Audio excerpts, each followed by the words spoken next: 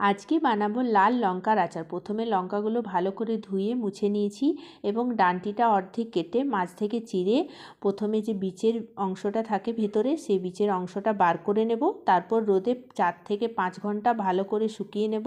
অন্যদিকে গোটা ধনে, গোটা জিরে, মৌরি এবং সাদা সর্ষে, মেথি, শুকনো লঙ্কা হালকা করে ভেজে নিয়েছি।